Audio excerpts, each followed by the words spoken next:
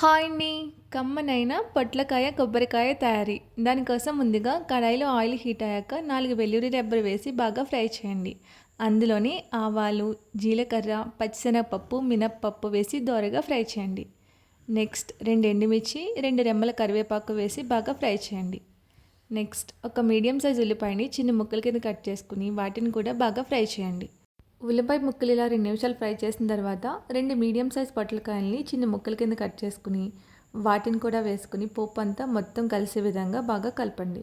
High ఫ్లేమ్లో పెట్టి 1 minute పాటు బాగా ఫ్రై చేసిన తర్వాత అందులో పసుపు అదేవిధంగా ఉప్పు వేసుకుని ఒకసారి బాగా కలుపుకొని మూత పెట్టి లో ఫ్లేమ్లో పొట్లకాయ ముక్కల్ని బాగా మగ్గించండి. ఈ విధంగా ముక్కలన్నీ బాగా మగ్గిన తర్వాత 1/2 కప్పు కొబ్బరి తురుము వేసుకుని ఒకసారి బాగా కలుపుకొని మూత పెట్టి 2 నిమిషాలు మగ్గించండి. నెక్స్ట్ సరిపడా కారం వేసుకుని 1 నిమిషం పాటు బాగా ఫ్రై చేయండి. ఫైనల్గా పొట్లకాయ కొబ్బరికాయ రెడీ అండి. Thank you.